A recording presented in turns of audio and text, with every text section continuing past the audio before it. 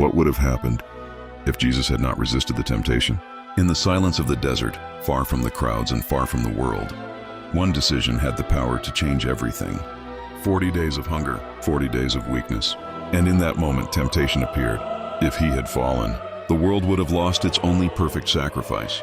There would be no redemption, no victory over sin, no bridge between humanity and God, and the consequences would echo through all of history.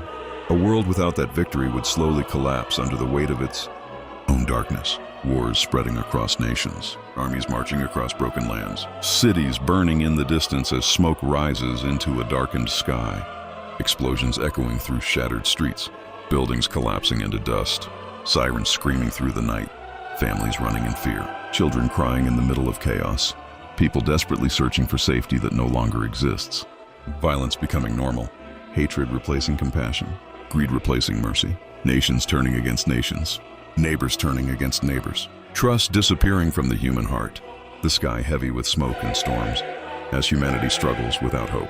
Not just the destruction of cities, but the destruction of the soul. Because when the light disappears, darkness grows without resistance, and a world without redemption is a world that slowly destroys itself. But that future never came, because in the desert, when temptation stood before him, Jesus resisted. He refused the easy power.